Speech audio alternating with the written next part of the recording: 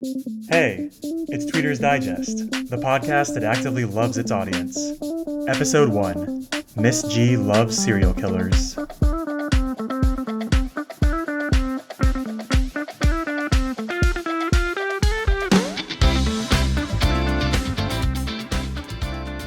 Hi, G. Thank you so much for taking the time to talk with me today, and happy birthday season. Oh, thank you. Oh, that's so nice. I'm so happy to be here. It's wonderful. I'm so glad you reached out. Yeah, of course. So before we get into this stuff, first I would love to know, what have you been up to lately? Well, since the year began, I have just kind of been trying to get my shit together since it's like, it doesn't feel like a new year. I feel like it just is like it's like season 8 of the pandemic, so it doesn't really feel like like anything new per se is happening. It's maybe the first time that it's not feeling that way, but I've just been, getting my house together, which has been taking forever. But no one told me that it takes just literally too long to make your house feel like a home. So right now, that's like my main primary focus. And I am trying to work more on my writing so that I can publish a blog soon. And with like everything that I've been writing on Twitter, but in long form.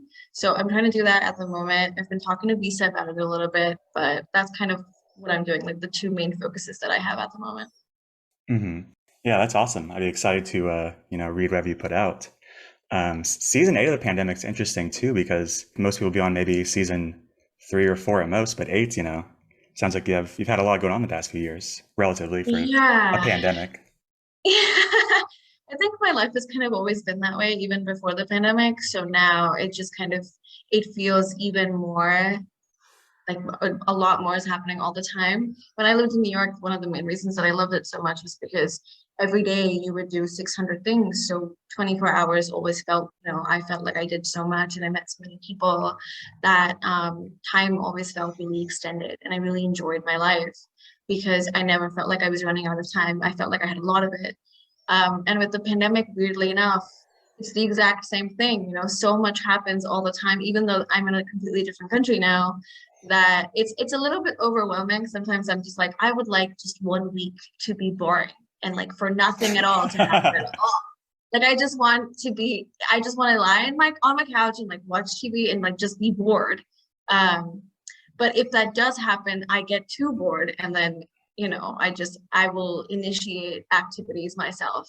Uh, but yeah, it's been really constant for a really long time. So I'm looking forward to resting for a little bit, if possible. Fingers crossed, universe, with all the retrogrades and shit. Like, let me live. Yeah, I'll cross my fingers as well for you. Yeah. Cool. Okay. Let's get into your tweets. Okay. First one here on June 10th, 2012. Oh no. Oh, yes. You tweeted, blank is the sexiest man alive, right after blank, blank, and blank. Hashtag non-emo moment of the day. Oh my God. I did not realize that you would go all the way back like this. Oh, I went all the way back. Oh dear Lord. Well, I'm fully trusting you now in this moment to not make me look bad on the internet. This is just my worst nightmare come to life. Well, what do you have a question in particular about this or Yeah, I mean, you didn't write literal blanks, so I was curious, can you I fill in the know. blanks of, almost a decade ago, G? Oof, a decade ago. Okay, so like for everyone listening, that means I was 14 or 15 years old. So be kind. I don't really know. I mean, it could be Joseph Gordon-Levitt, maybe. It could be I don't know. JGL is not correct. Oh my goodness. I didn't know I had just one try, but I have no idea. I don't know. I have crushes all the time. Who was it? Did you have another guess besides JGL? Just curious. Oh, non-emo moment. It Yeah, that was a really, random part of it. I don't understand what that's doing I mean, there. I don't think that I do either. I mean, I've been my Twitter was private for 8 years before Wow. it was public last year. So I should have gotten rid of all of that. But uh, No, I have no idea. I really could not tell you. Well, why don't you surprise me? Who is it? Yeah. So Sherlock is the sexiest man Oh, that alive. makes so much sense. Yeah. hmm Of course, right after the Doctor, Johnny Depp, and Andrew Garfield. Oh my God, wow. Wait, I have fantastic taste. Those are all people that I'm so obsessed with. Fuck yeah. Oh my God, yes. I mean, I did love Sherlock. I'm older now and he annoys me very much when I watch the show. But I do still love the show.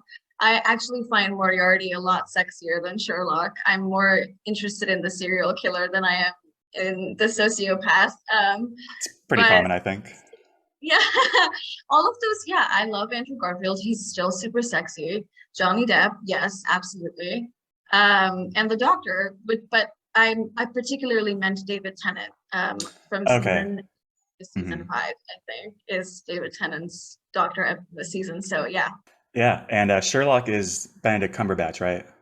Yes, yeah. I was really into Sherlock back then, like very much a lot. hmm That's interesting because I think Sherlock is one of those more, or Cumberbatch is one of those more like divisive hot people. Like people tend to either be like love him or hate him as far as like thinking he's attractive. Yeah. I think yeah, I mean, back then, I was only friends with other nerds, so there was no divisiveness in my particular group of people. Like, we all loved him, we were all obsessed with him. But yeah, when I grew older, I think the more that he came into the mainstream, Sherlock was, I think, like his big break when people really got to know Benedict Cumberbatch. And then him and the guy that plays John Watson, I forgot his name, I'm so sorry, Martin Freeman. Um, they both became really, really famous right after Sherlock because they were so good in it. And that's when I started noticing that people were like, oh, he looks like a sloth, like he's so unattractive, he looks like a reptile. And it was very hurtful to like 14-year-old me because I was like, who cares? Like, his personality is really attractive. He's a great actor. Um, I didn't really I saw the memes, I saw the comparisons with slots, etc. But I think I would still say that he seems like a wonderful person. He's super hot as Doctor Strange still. So I was correct then and I am correct now. And all of you, And that's what's important here. that's what's important. Yes. Yeah. So I'm curious then, who are your current sexiest men alive? Has your list changed at all? Wow, I don't think that I think about that as much as I did back then with all the time that I had. That's such a good question. I mean, I recently have been getting a lot more into Andrew Garfield again. I don't know why, but he's just such a wonderful man. He seems lovely. I would love to be friends with him and just like I think he would have really interesting, funny things to say, and we would, do edibles and watch some stupid shit, and I think it would be fun. So I think maybe Andrew Garfield still.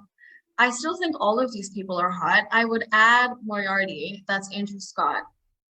He's a wonderful, gorgeous, sexy priest as well in Fleabag. That was Oh a my very God, that's him?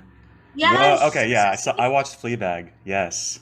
And so I have been ahead of the curve forever because I have loved him since I was 14. He's hmm always been hot.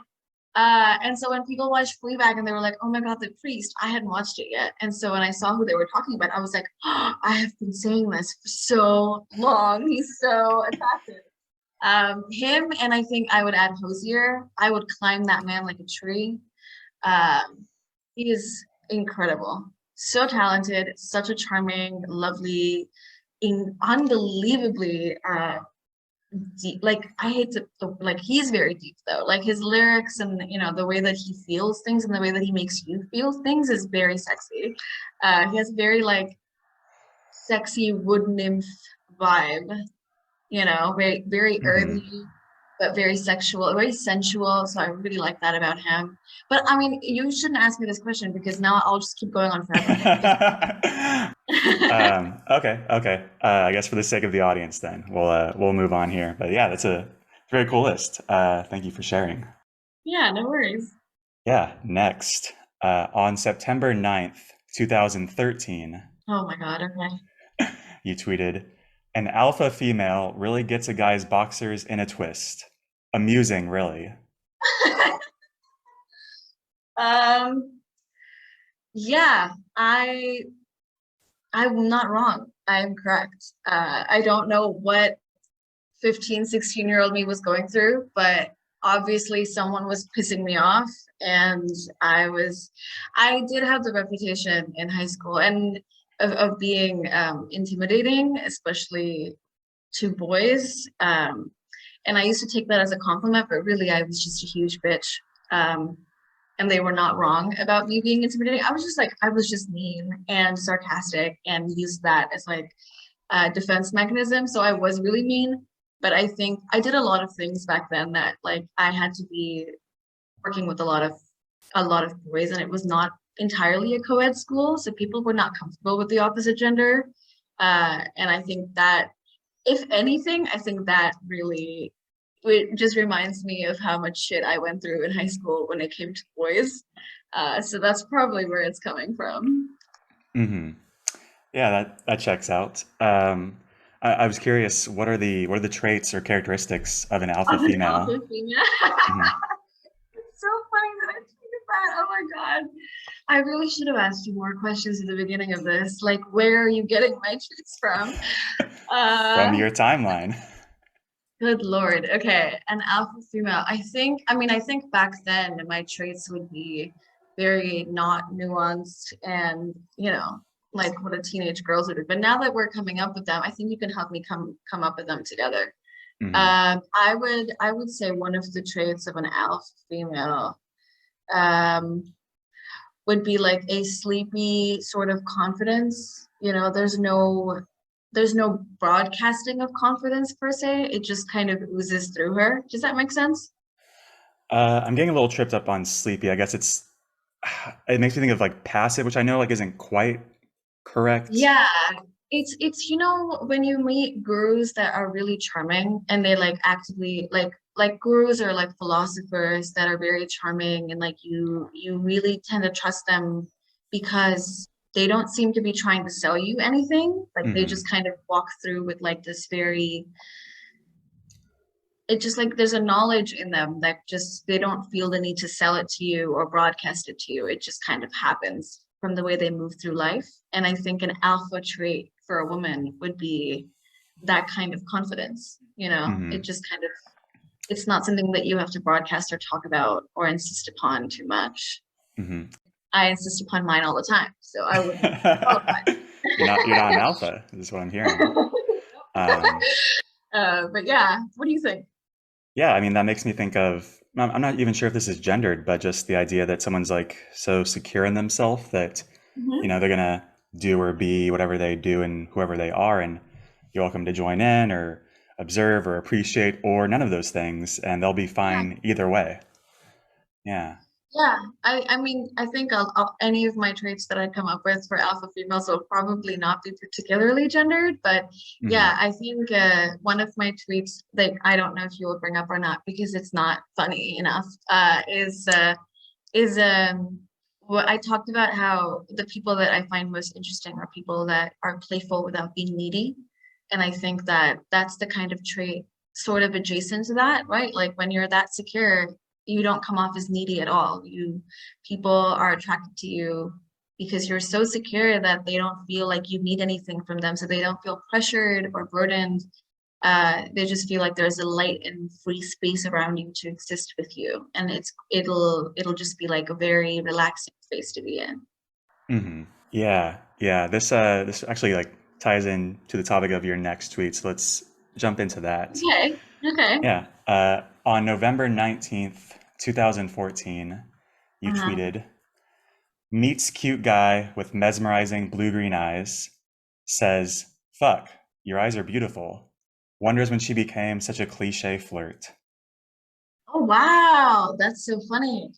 Hmm. I did do that. I actually remember when that happened. Wow. That was like I November 2014. that was November 2014, clearly. I don't know why I said that it was a cliche flirt thing that I guess because it's so direct and I didn't think that I was capable of it back then. Um, Hmm. but yeah, I think it just kind of came out back then, and I think it's been that way ever since, I suppose. Uh, Hmm. but yeah, what do you think?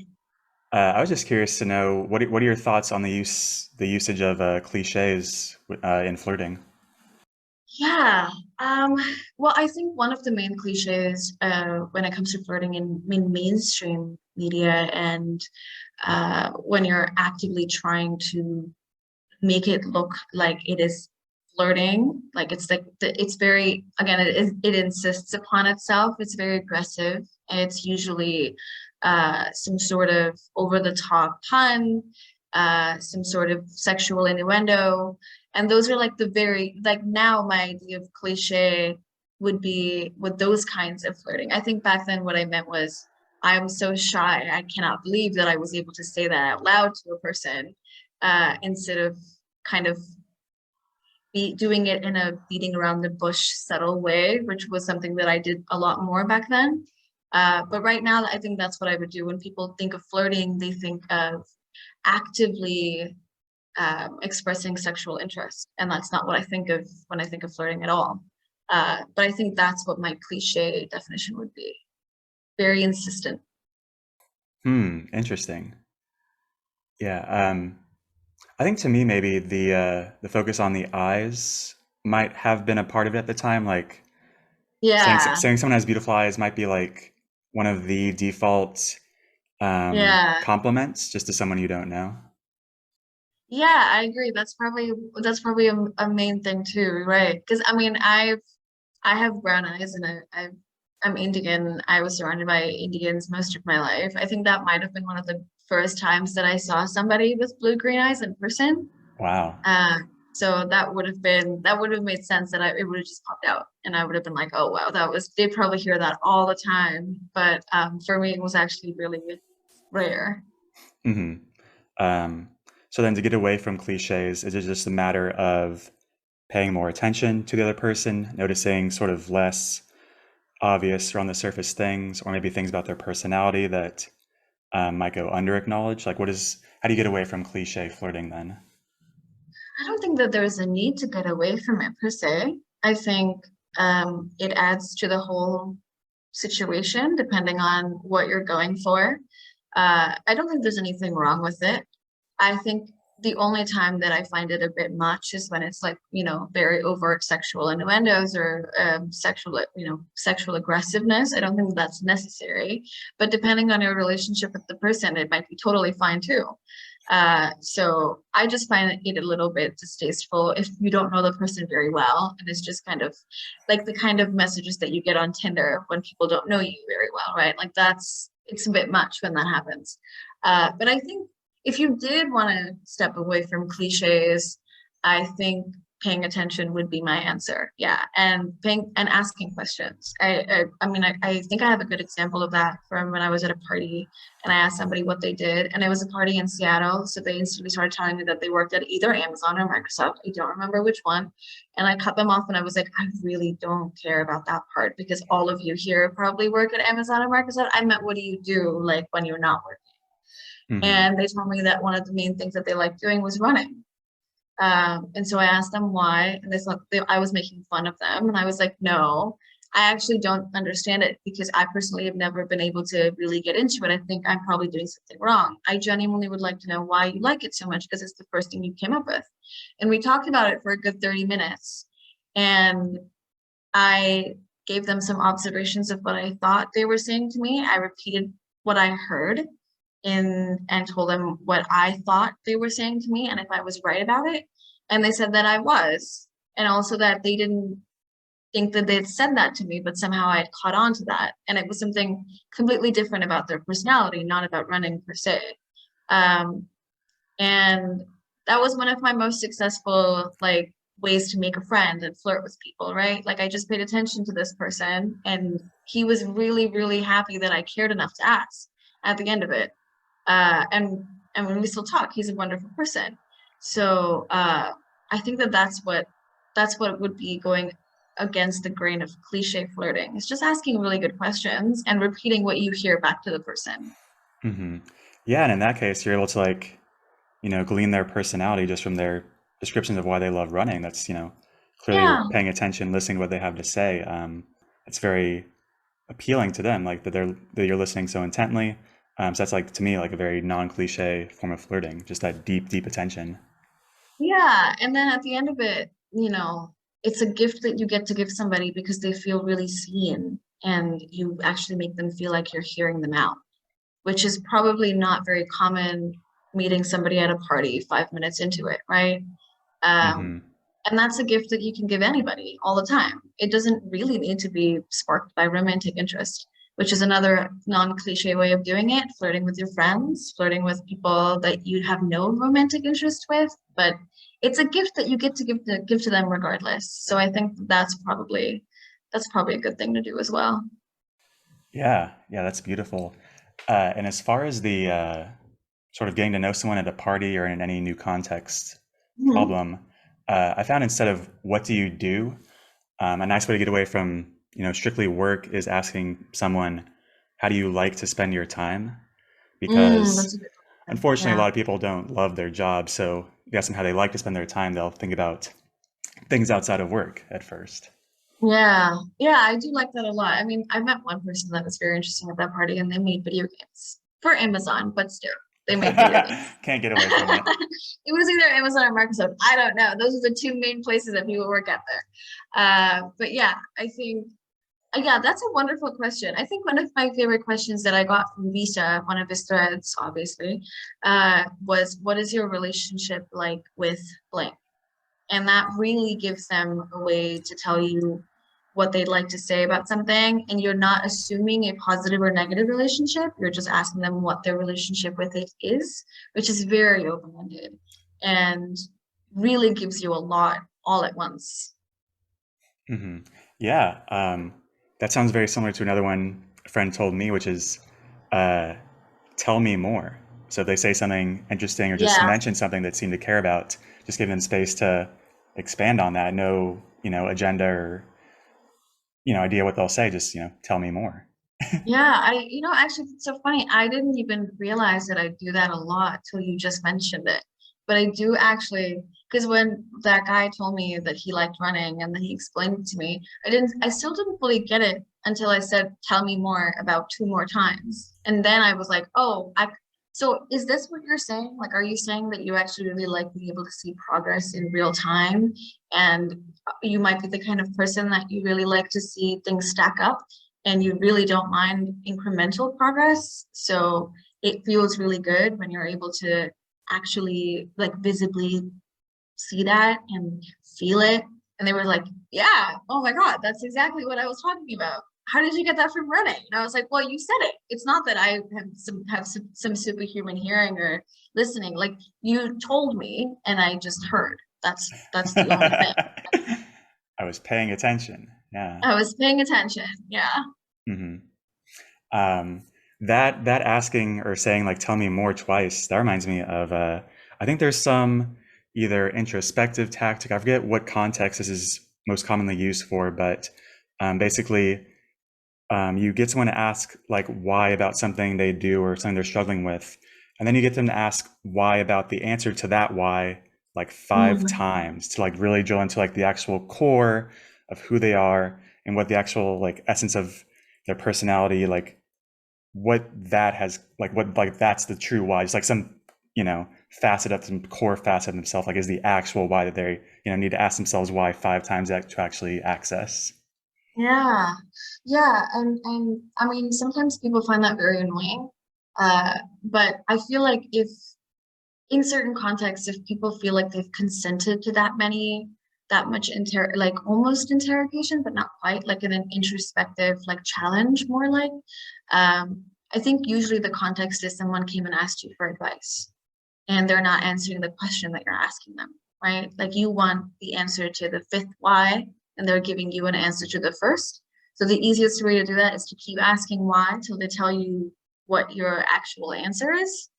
And I think that's really powerful. I am very blunt sometimes, and we'll just be like, "Hey, you're not telling me what I'm asking you. Like, this is what I asked, and this is what you said. I asked how you feel, and you started the sentence with, 'I think.' I don't want that. Ooh, What I would like yeah. is for you to tell me how you feel." I don't do that with people that haven't consented to me trying to break down what they're saying, Yeah. and that's like random clients that are like, I'm actively looking for you to break these things down. I don't just like inflict that on people, Hmm. um, which is, it's not like I haven't done that before, but I've learned. Hmm. Uh, but yeah, I think that that's really powerful, usually to be used in situations where you feel like you're not going to bother the hell out of that person. Hmm. Yeah, I think the five whys activity is most commonly done just on like by one's own, just as a personal introspective activity. I could Mm, see how it might be, you know, aggressive or interrogative if someone hasn't consented, that sort of thing with someone else. yeah. Um, you said the sort of I think versus I feel dichotomy there. I was just listening to a podcast last night where the speaker talked about how there are, just as an analogy, sort of three ways people can speak. Hmm. And they're just like metaphorical, but people can speak from the head, from the heart, or like from the body or the gut. Um, Hmm. and so, in just as a practice, when they gave people space to say like, all right, speak from the head, it was often very just logical, detail oriented, just kind of no nonsense facts about themselves. And when it was from the heart, it was more just who they are as a person. And when it was from their gut, it was more like feelings oriented. Like there were all kinds of different modes of expression just by giving them this new frame of like, speak from the heart or speak from the gut, as opposed to like, I think for at least a lot of Americans, many are often just like fully in their head. There, yeah. Yeah, so it's just cool to hear like there are different ways to access, ways of sharing yourself just by changing the frame. Yeah. And I mean, that takes me again to like one of Lisa's tweets, which is very common as well, which is that when you change the frame, it is actually one of the most powerful things that you can do, either for yourself or for other people. And being able to do that, you are will be constrained by the frame that you've presented to yourself, and being aware of the frame that you're in or that you've created or that other people have created for you is probably the most powerful thing that you can do, either for yourself or for other people. It's the most intense thing that you can do. It's also very scary because Hmm. once you notice it, it means that you have to make a decision. Are you going to change it, or are you going to keep going that way? Hmm. And that's all really scary stuff. It's the next step. Um, the hardest thing though is even being aware of that frame, and then changing it is a whole other situation.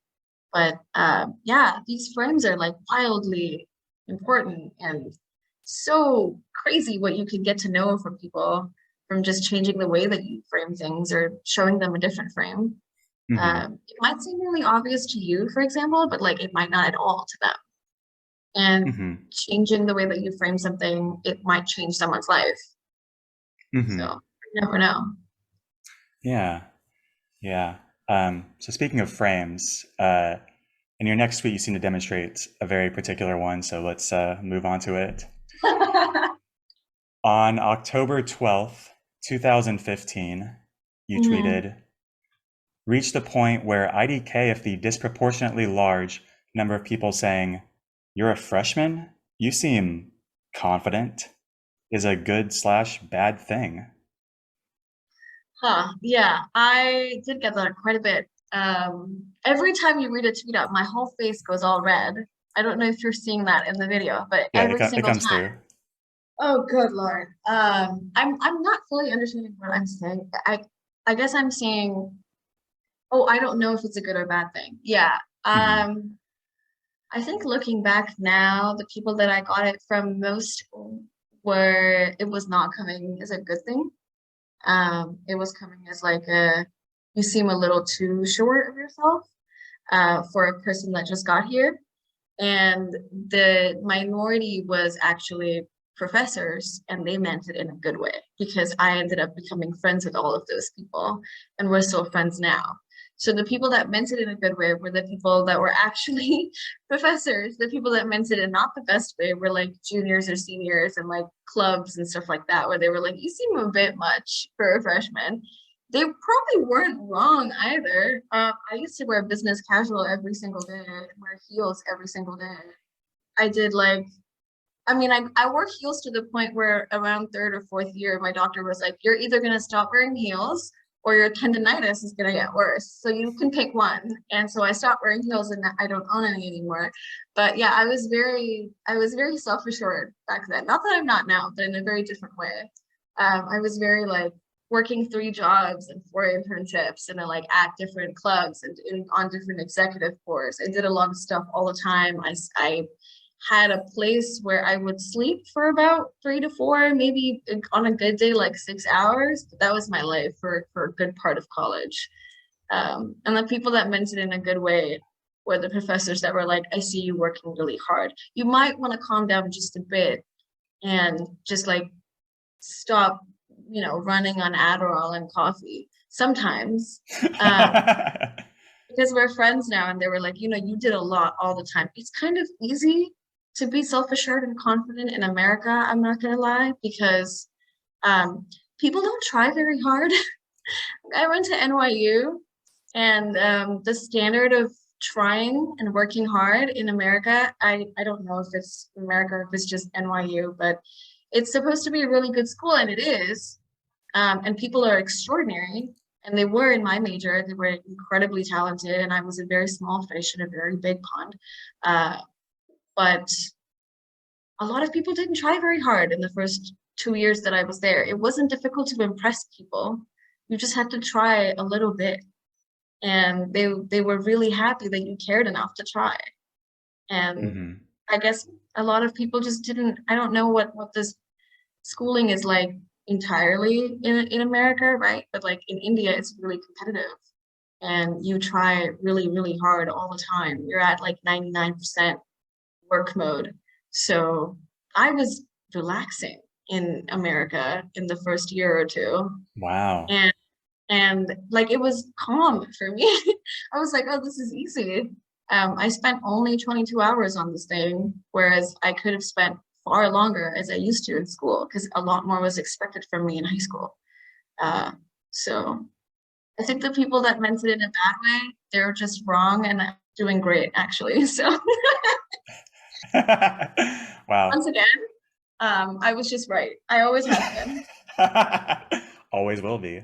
Yeah, I mean, my only question there was I was curious to know like what had given you, the seeming confidence, but that's a very thorough answer there.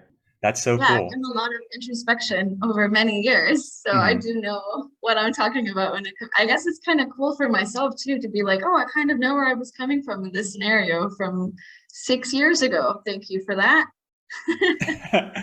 It's your fault for not deleting all your It is crazy, so my crazy fault. You're tweets. right.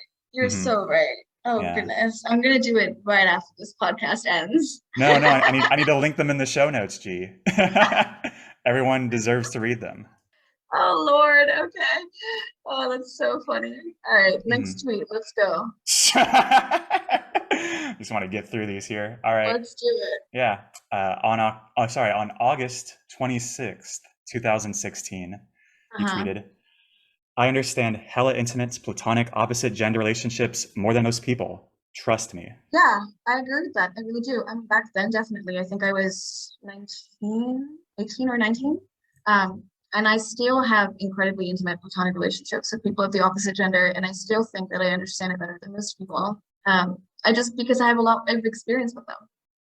I think people misunderstand. And I think also, from my particular background, I'm Indian, and we have a lot of Bollywood movies and stuff where the main tagline is things like girls and boys can never be friends, and it's like it's a very major thing in our culture as well. Like everything is, you thought you were friends? JK, you're actually super in love and you didn't even know it. And it's not like that doesn't happen, but I had a best friend for very, very long who was of the opposite gender. I almost always have had friends of the opposite gender that have been really close to me.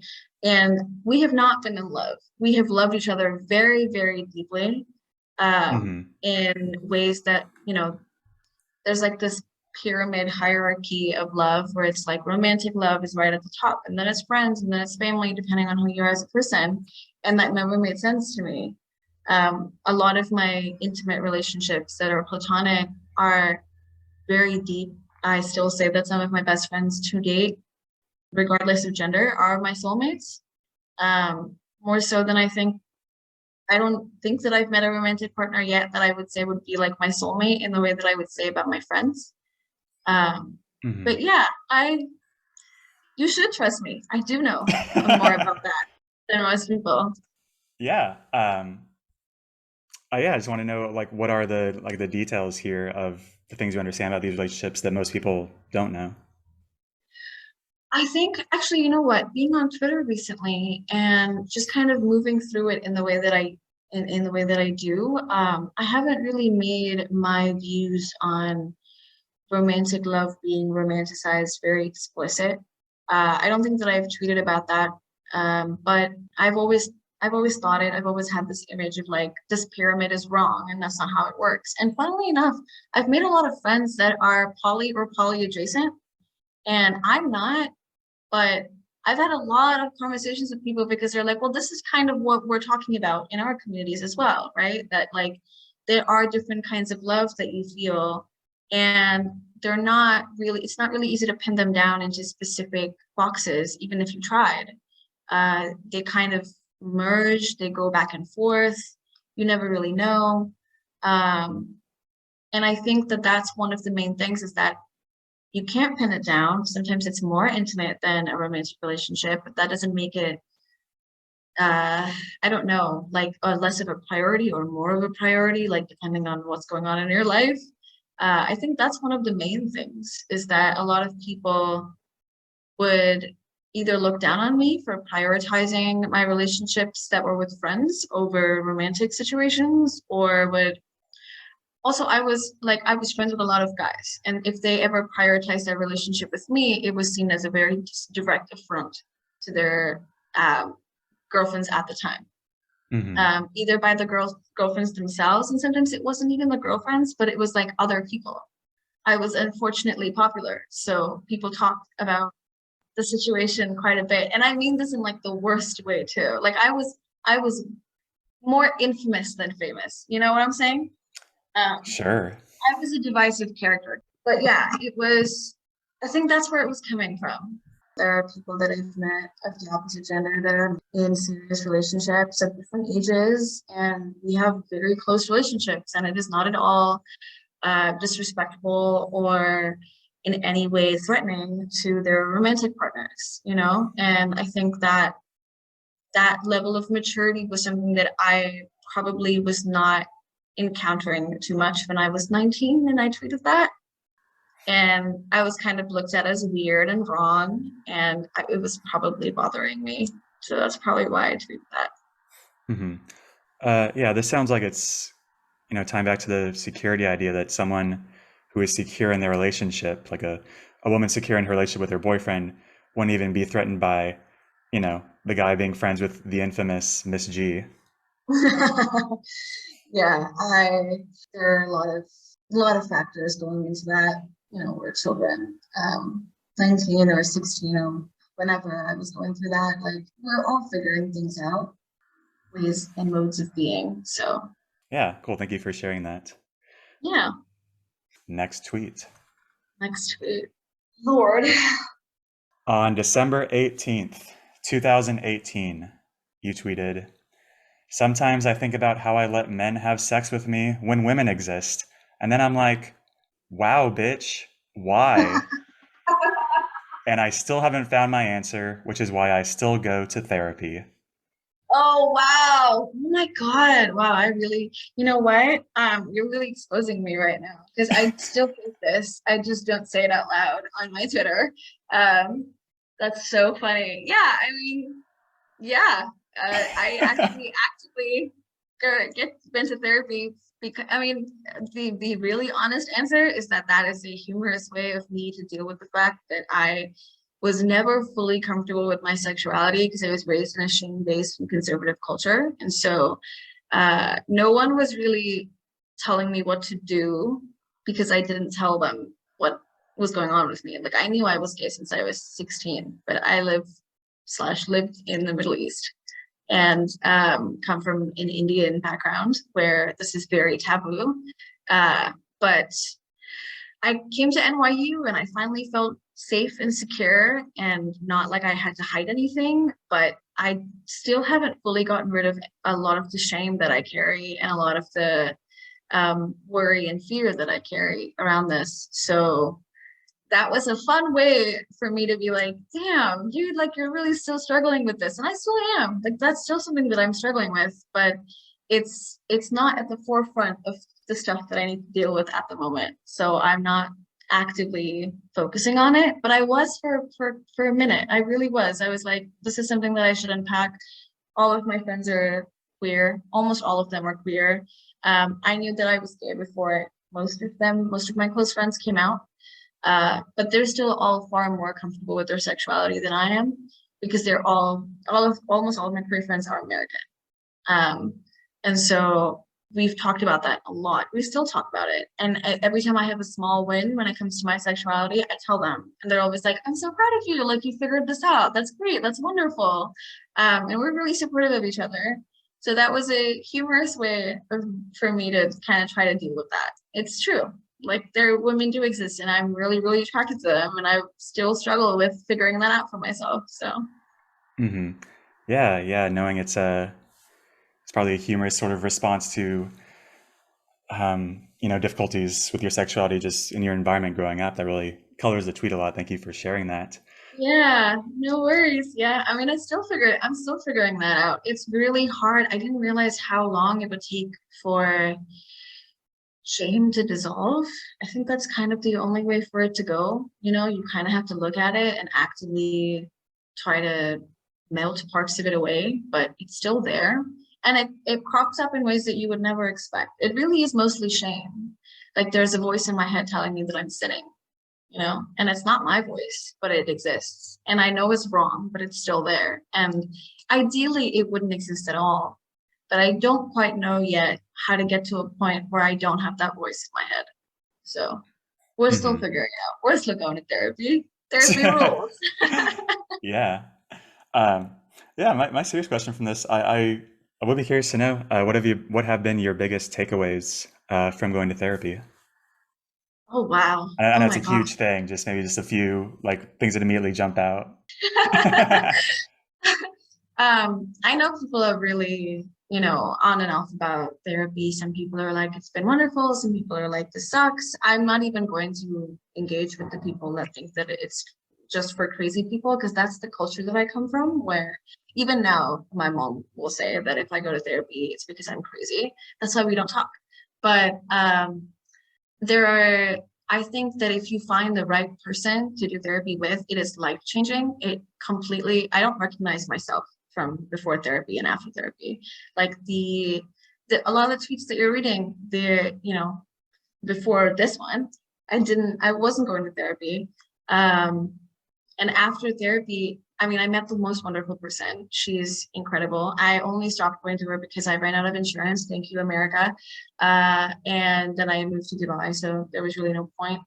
Um, but I think one of the main takeaways was I met a person that would help me hold a mirror up to myself and then let me actually see myself, and pointed things out that I was ignoring because I was so used to seeing a certain image. It's kind of like dysphoria for the mind. You're not really seeing yourself. You have this image and you're really attached to it. You have a narrative and you're really attached to it. And there was this person that was like, "Hey, how about we stand in front of this mirror and we look at the person standing in front of it, and we actually look and actually pay attention." I think probably a lot of what I learned of paying attention came from her. She really changed my life, and I love her deeply still. Uh, I gave her a gift when we stopped and we both cried, and it was a bracelet. And she emailed me during the pandemic saying that she still wears it and she's never taken it off her arm, which is the cutest thing Oh, ever. yeah. Yeah. So she really did, like, you know, I love her, and I think that she loved me too, which is not necessary when you have a client, but it does help to care about them deeply. Um, I think if you're really lucky, you find something like that, and you find someone that really cares about you and they genuinely, genuinely want you to do better. Um, I think that's the best thing that you can get is an objective third party that's not your friend or your family, uh, Hmm. that isn't going to lie to you either. Like if there were moments where I was like, well, I expected more from this person and I don't know why I didn't get it, she wouldn't lie to me. She'd be like, why? What, why do you think that you deserve this very specific treatment? Have you treated other people that way in such situations like that? And it was like, no.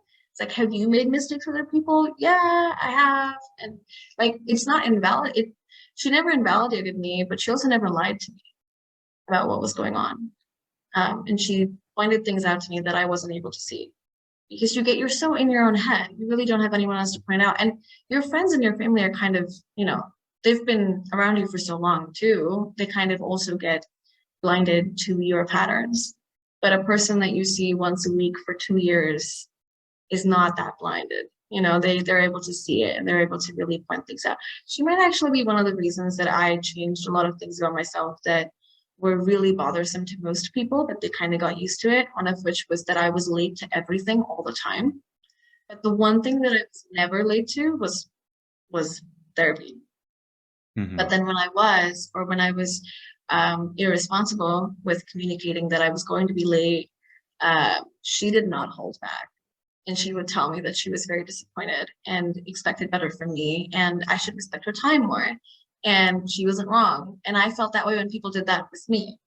And it took like 2 years probably for me to go from being 30 minutes late to everything to 25 to 20 to 15 to 10 to 5 to actually being on time. But it takes time. Hmm. Um, I hate it when people are late, but it's also now because I spent so much time and energy getting better at that. Hmm. Yeah. Wow. Thank you for sharing all that. Yeah. The time thing, that reminds me of the idea of like, can you trust people? Which is to say, like, when they say something, can you trust that to be true? Like, I'll be here at this Yeah. time. It's a very basic thing. So if you're chronically late, that kind of expands to wondering, like, can I trust them about these other things about themselves or about Yeah. our relationship? Yeah. So just being on time is a good indicator. Like, this is a person I can trust, and hold them at their word when they say things about. When they say things, I agree. Yeah, I mean, my friends used to have bets on how late it was going to be because that's how bad it was.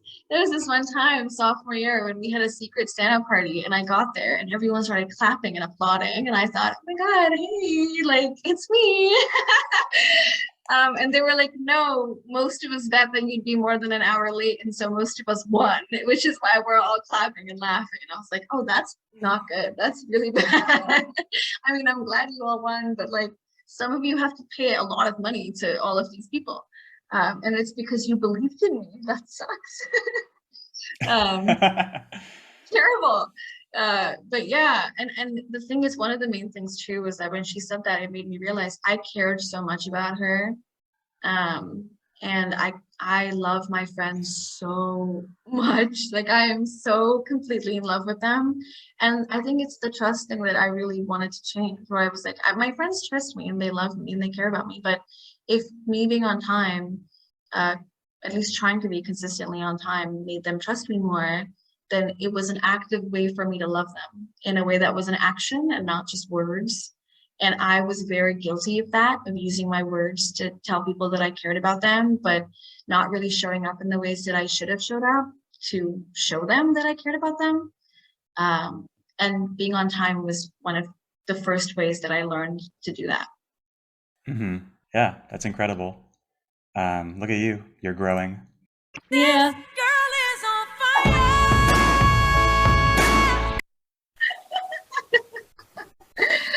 Yeah, yeah, she is. She's doing well. She's literally on fire too. Every time she goes all red and blushes. So Uh-huh. that's Well, her we're back. matching. It's nice Yeah. now. Two of a kind. Yeah. All right. Next tweet. On March 16th, 2020, you tweeted, "What is the best medium for me to tell people multiple insane stories from when I was 12 and lived in a forest in India for a month with 60 other hormonal teens ranging from 7th grade to 11th grade with minimal adult supervision?" Yeah. What's your question? Well, I don't know if this is the best medium, but could you share Just the first Yes. insane story that comes to mind. Sure. Actually, this is so funny. I know you know Sean Mambo on Twitter. Hmm. I just had a call with him recently, and this came up, and we talked about it, and I was telling him a bunch of these stories. So I'm more than happy to share. This was kind of like a cult, basically. It was, well, a lot of spiritual groups in India are basically cults, and it's not a good or a bad thing. Sometimes it's just neutral. And, you know, it's like a spectrum of good or bad. I'm really used to cults at this point. I was raised in one, and then this was another one, and there were a bunch around me that we kind of dipped our toes into. And this was one of those. It wasn't all bad, but it was also traumatizing in some ways. It feels like a fever dream. I almost thought that I hallucinated it, but my cousin, brother, and friends that I made also went. So to reassure each other, sometimes we're like, "Hey, that happened, right?" And we'll be like, "Yeah, I did. We did do that. That was the thing that we did." And it's like, "Okay, cool. I didn't just make that up." All right. I think one of the coolest things was that we had acharyas, which is Sanskrit, I think, for teacher, or Hindi for teacher, one of those. And so we had these two teachers. It was a camp where we went to study primarily because we were nerds. So we learned the entire syllabus of math and science in a month in the forest. They taught us all of it, and they taught us ways to learn it by ourselves in a way that we would retain it forever. That was an exaggeration. I don't remember eighth grade science all that well, but it was called the 100% memory program. So it was for you to retain everything that you learned for a long period of time. It kind of worked, I guess, if you did it right. I just kept falling asleep a lot because we studied for like 12 hours a day. We did yoga 3 times a day. We ate food that they made for us. So there was no fried food ever. It was only healthy food and raw food and coconut gourd juice or whatever, which was terrible. You were not allowed to waste a single grain of rice. Sometimes I would be walking out and my acharya would go, "Hey, you have 8 grains of rice and 2 curry leaves. Eat it or you can't come to class." And so I'd have to do that. But a lot of the times we would just put it in our mouths and then throw it when we went outside, or hide it in a cup or something to throw it because we just couldn't eat that much. But one of the cool things was that we would go hiking a lot. And one day we went hiking almost every day for about 4 hours, and our acharyas would go barefoot. We lived in a forest. And so one of the days after around 11:30 p.m. or so, he said, "Okay, go and get your sleeping bags." And we were like, "Okay, cool. Today's when we get murdered. It's happening. It's finally happening. We're going to die tonight. We're just going to follow this man into the jungle at night. And it's fine. We've gone through so much at this point. It doesn't even matter." And so we followed him. We're having a good time. We used to hike every day. And we used to hike to this dam quite a bit. It was a few hours away, next to a village that was, I think, about 2 hours away or so. So we would go there by foot, and we would get to the dam. And this was another path. So we got to the top of the dam instead of to the sides of it. There was a bridge near it, and that's where we would end up. So we ended up on top of the dam, and so there was water on both sides. It was a full moon, and they were like, "This is where we're camping for the night. Girls on this side, boys on this side, full moon, starry night, huge bonfire, hot chocolate." It was the greatest night of my life. And then in the morning, there was a golden retriever puppy there for some reason, and we took him with us. But it was wonderful. It was crazy. We told each other scary stories, and I'd never done that before in my life, and I'd never seen that many stars before in my life because I lived in a city. And it was a fever dream. It was crazy. That was one of the coolest things. One of the scariest things was we went for a weekend trip to another ashram, which is another like yoga like area, cult adjacent situation, for a huge prayer that we also do with like bonfires and dancing. And it's very intense, but it's very fun. And we were excited because it just meant that we would have 2 days of no studying because we were busy traveling. So we got all the way there, and we spent a whole day hiking and like, you know, going through their area of the forest. And when we were coming back, there was this big lake, maybe a little bit bigger than a lake. It was pretty large. And someone splashed someone, and by the end of it, we were all in the water. We were drenched. We were throwing water at each other and swimming back and forth, and it was wonderful. We got back, we were drenched, we changed, and we went to the prayer. And we had to wake up early the next morning to see the elephants that were more specific to that area. And we really wanted to do that. So our acharya said, wake up early so we can get to it. You don't want to miss it. We get up early, we go on the hike, we get to another part of the lake that we were on a different side of it. It was really large. So we get to the other side. There's a huge board there that says do not enter, infested with alligators. And we'd been in the same lake the day before for like 2 hours or something, just having a blast, and none of us died somehow, which is one of the many ways that we should have died, but we didn't. Like a lot of us had, not me, but a lot of us had like, pus-filled injuries. I had been scratched by a thorn bush, and my teacher's response to it was wash it with water. And unfortunately, he was right. It worked. I didn't need anything else.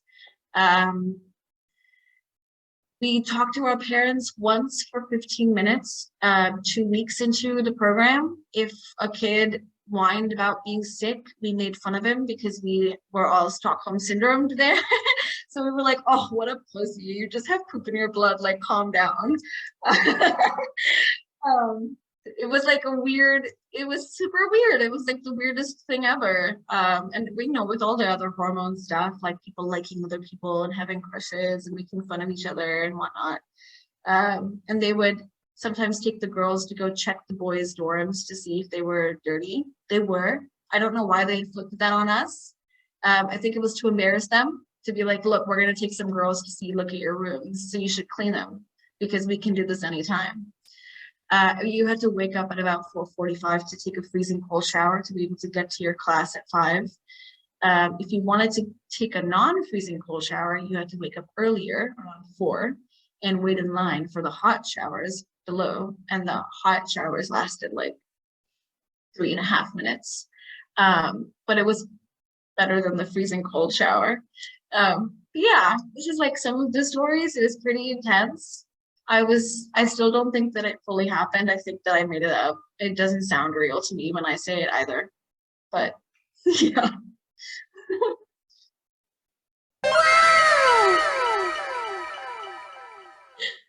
Yeah. Yeah, that's all. There's a lot. Yeah, it's just too much. Yeah, and it's clear why it's so memorable. Just a lot of interesting new stimuli and experiences, especially for, hormonal teenager just out in the forest.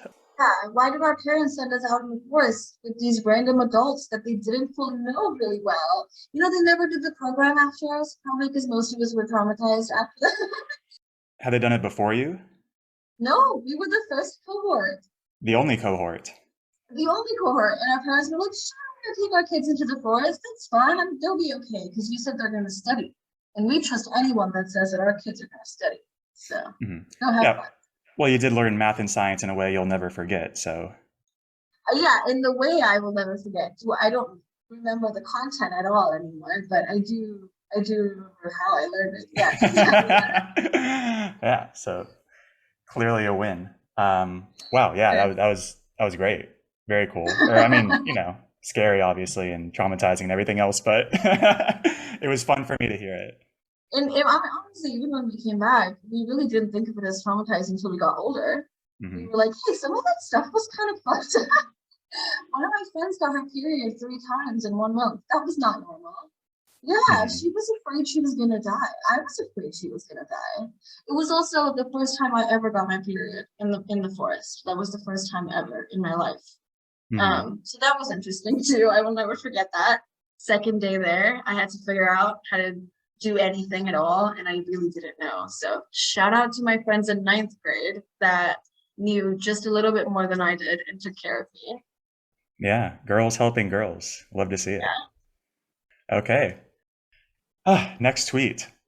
Yeah. On December 22nd, 2020, you tweeted, in honor of Capricorn season, aka when my dark, sexy energy thrives, I will be wearing black lipstick and turning into my inner e-girl goth self who only listens to 2008/9 Paramore every day. No, I will not be entertaining any opposing thoughts on the matter. XOXO Gossip Girl, kiss emoji. Yep. Yes. I think that's really self-explanatory. Is there any question in there? Yeah, shockingly, yes. I just want to know, how have you been inhabiting your dark, sexy Capricorn energy this Capricorn season?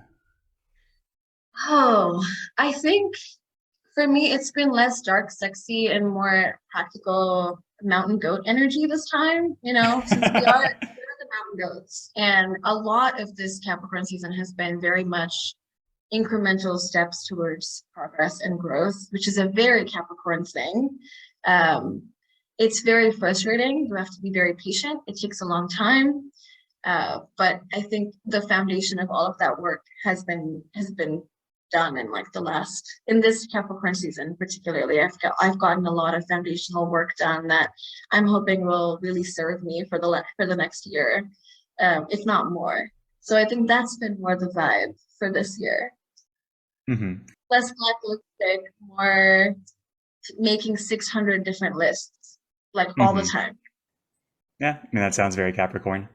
Yeah. Are you the sort of person who goes for like New Year's resolutions? I always like think about it and I don't know what it is. I think I'm either lazy or just like inconsistent, but I'm never able to stick to one. Like I never even choose one to stick to. I'm just like, Hmm. I just want to be happy this year and I hope that I just get through it in a way that doesn't kill me. Hmm. So I think that's usually what I do. Also, because my birthday is January 2nd, a New Year's resolution feels almost like unnecessary because my birthday is like at the beginning of the year, it always feels like I'm starting over anyway. And I'm never able to articulate the kind of change that I feel over my birthday, but I always do. Where I'm like, okay, cool. Like, we're gonna refresh a little bit, we're gonna rest a little bit, and then we're gonna kill it. And that happens every year. And it's kind of nice that it's with the calendar year. So I never have to feel like a summer birthday, where you're like, okay, I guess I have like 6 months for the year left to refurbish or whatever. But I don't Hmm. really do. No, I don't think my TLDR, no. Uh-huh. Yeah, that's cool. It sounds like the new year and your birthday kind of like build off of each other to set a good, start to each year. Yeah. I mean, I hope that happens every year. Sometimes it doesn't, and that's fine. But yeah, I think that's usually what ends up happening. Hmm. Okay, very cool. Next tweet. Mm. On January 30th, 2021, you tweeted, "Call my titties Goldilocks. Not too big, not too small, just right." It is 12:30 a.m. and I literally couldn't sleep because this tweet was ringing around in my brain. I'm so sorry, goodbye. One of my best friends was sleeping over with me, and we'd probably watched like a Twilight movie or something.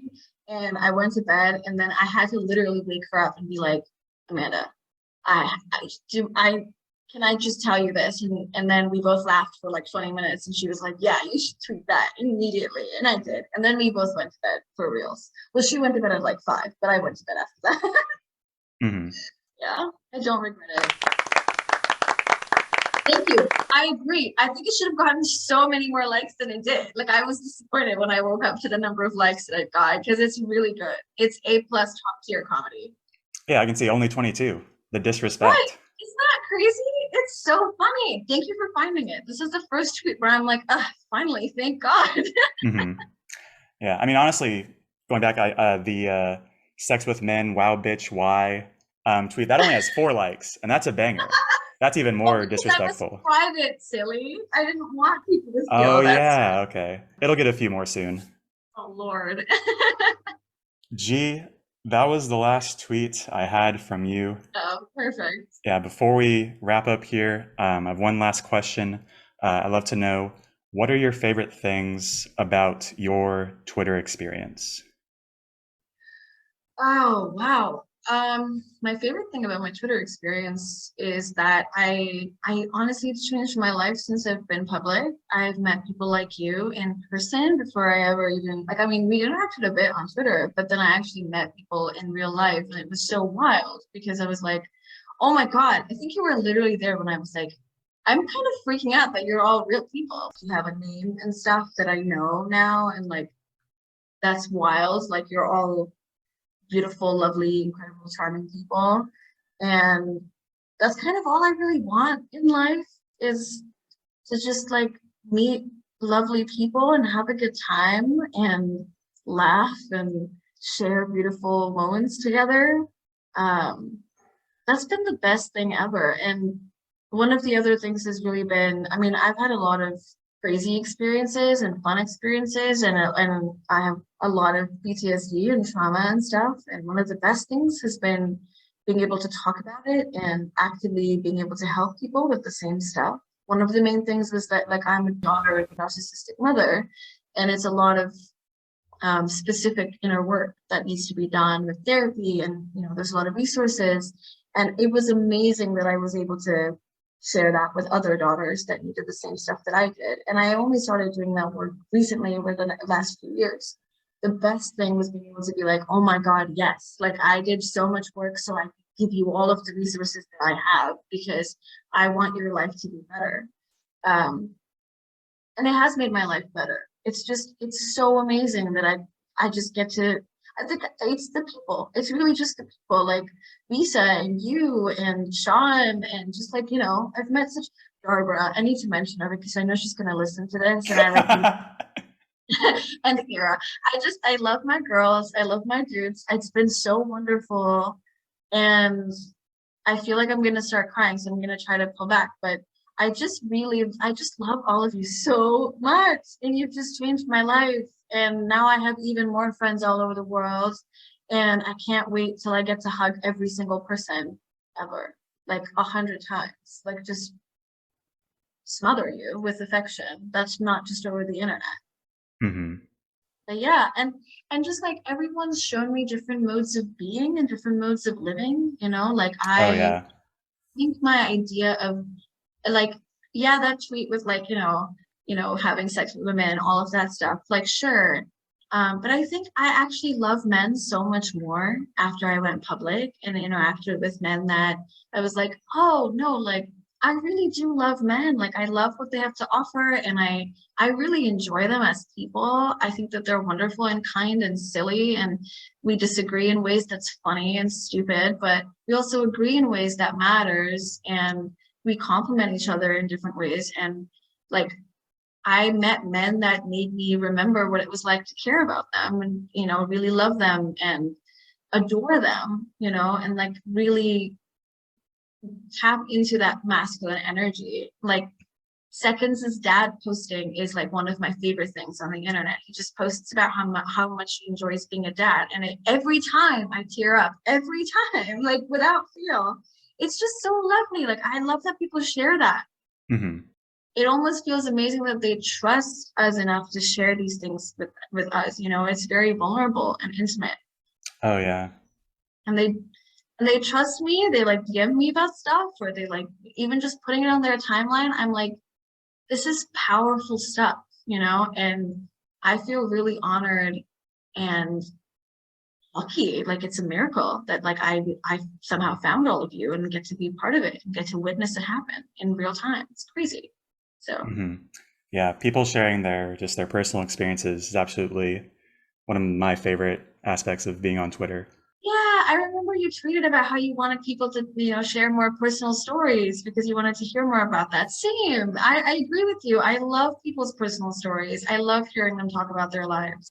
Yeah, lovely note to end on. G, thank you so much again for taking the time to talk with me. Have a great rest of your evening. Thank you. Thank you so much for having me. You embarrassed the crap out of me, but in a really fun, interesting way. Well, they're And your tweets. they are my tweets, and I'm so glad that I trusted you, even though I didn't know what I was getting myself into. Mm-hmm.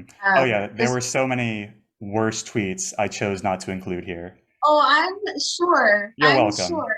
You Mm-hmm. should probably, we should never talk about them ever. I'm just going to delete them all. But yeah, thank you so much for having me. This was the most fun I've had on podcast. All right. Thank you. Yeah, thanks for having me. This is great. Take care. Alrighty. Bye.